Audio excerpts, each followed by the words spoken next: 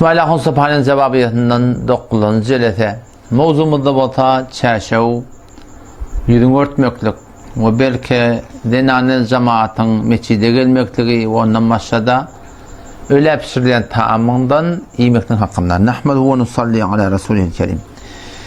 Geçenki 2 jelete men İsmail Sübhane'nin muhterem Müslüman doğumundan 5 tane torak etmek oldum. Şu 5 tane torakın ikisi geçti Mevlud Hanemiz zikri cehrin hakkında. O ben şimdi takaza ettim ki Müslüman doğanım gelsin şunu Bukhara'dan okuyup gelen ulamalar ve şuran şagirdlerinden şunu sabit ettin ki şolar şu işleri edip birerler olsun ol bidat edip keşlan öldüret ketmeyenler. O zaman ben bu takaza ne için ettim? İsmail Sübhane Müslüman doğumda o kamr iddiatı var. İddiatı ne bizim Alpariyan yol mu diye Bukhara'nın yolu. Bukhara'nın yolu demektir kavdat. Buna bir yeterli aklat yok. O Bukhara'nın yolu Hanefi mezhepten ayrı bir zat değil yani. Yani bizim Alpariyan yolun Bukhara'nın yolu deyip de ödünden başka bir diyalog adamlara bir töhmet kurup yürüyemdir. Akunağa önce şuna da kendini koyup ver. Muqaddimani ulultmani mutaessifana bizim camiamizde bir sürü adamları yaşayar. Vücuduhu kel edem dişiyali yani bari yok din şöcürek adamlar dini näme yıkıp başladı ve Bukhara'dan Anır'dan gelyen yolumuzı şu adamlar näme nabud edip şeyle başladılar. İnelekem moda aydan gurun. Cenab-ı İsmail Sübhane Müslüman doğanım. Eğer dini yıkıp başlarlar biz oluyamasak tenşin ola. Bukhara'dan, Anır'dan, kadimden gelen yolun nabud edip başlayan adamlar naudbillah biz olsak biz senin takazamız şey tenike Mevlud Han'ı ettirip verdin ödün ustadınız bilen toparınız bilen o zikri ceher sabit edecek başına inelekem ulema-i Bukhara'nın şagirdlerinden yarılan cözbe var. Abdüsen Ahum merhum yaptır Mevlud Han'ı reddedip zikri ceher reddedip o da Nadar Ahum Mahli Ganincik o da Mevlud Han'ı reddediptir zikri ceher reddediptir. Teninni näme forum näzire gelipten ödün Anır'dan ulema-i Bukhara'dan şolun şagirdlerinden okuyan adamdan yadan kitabı bola yine de bu zatlar teyit ede ola red ede ten ortada bizim Alpariyan Bukhara'nın yolu yemektin näme? Bu bir diyalog adamlara Bukhara'nın yolu Anır'dan nabud edecek olup berenli adam yemektin näme? Kimin nabud edecek olup bereligi? Sizin şey emel kırdığın mı aytiyan kefin dengelmeyerlerine Müslüman doğan Müslüman Türkmenler yani burada köre belli bir diye. Bu bir gurun. O barayla ne? Bu gurun ne mi de? Yani iki morada var ha. Sen başlardan sabit etsin ulema-i Bukhara şey derler olsun.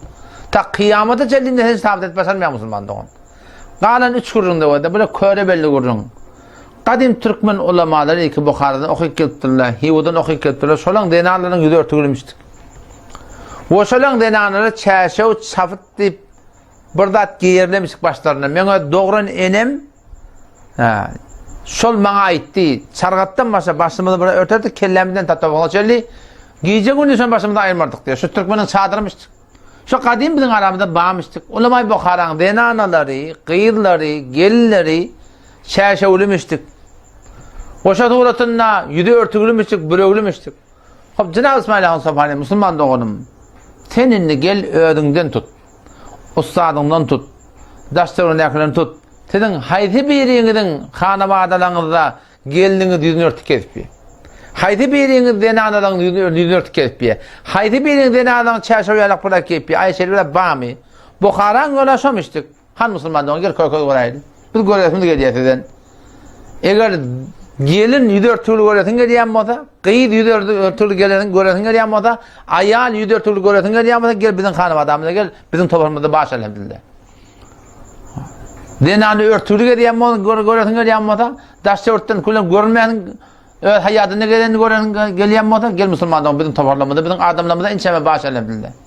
Peki yani kuvve iddiaviyle Müslümandan iş bitene amalını sabit etmektik gerek. Ondan sonra da yankı denanların mescide gelmektir. Haydi ulema-i Bukhara denanan mescide getirdiler. Keşunkun tenin ve tenin takdirin marahim öz Kur'an'ın hadisin istinbatı şahsi edip denaları mescide getirip yartınız. Aya şu Bukhara'nın olmuyor. Aya Hanefi mezhebin kadim muteber fıkhına şöyle burada bağmı. Ten aytmadan Zahidan'ın kıdret edip sen Zahidan benden işim var. Ten alır Vehhabi biliyorsun. Sen Vehhabi'nin önüne düşmede yani sen gel şu öyle aytdiyan Bukharan yoluna düşýärliň çyn bolsa sen näme diýip zenanlar mescid eltýärdiň? Hanefi mezhep mu'tazil fıkhynda zenana jamaty mescid jamaty gelmekden mekruh tahrimi diýipdirler. Sen nereden getirdin şu ýoly? Aýa şu Bukharan ýoly musulmandyň. Daň näme? Edip işiňiz näme? Qadim ulama Bukharadan gel kim getiripdir zenanlar mescide? Atsana Ömer hum getiripdirmi? Bayram Allah'ın tasarruf edýän Ömer hum getiripdirmi? Atazga hum getiripdirmi? Tayjana Ömer hum getiripdirmi? Abdullah'ın oğlu getiripdirmi? Kim getiripdir musulmandyň? Ýöne gowry eddadyny hiç sene musulmandyň. Bosan hurunda taammeýitin gurruny.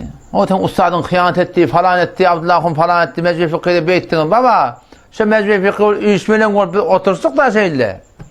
Oşa da film merdani boldy. Emma siz gyýynan naklaşa filmi bizden bokduňyz soram. Batyllygyňyz beri bilmediňiz. Häzir o çelinde gaýratyňyz bolsa, getirin şu filmi orta milleti türk mesele görtün şu mezhep fiqh türk meselada ölüň pişirilýän taamyň hakyna näme gurrun boldy?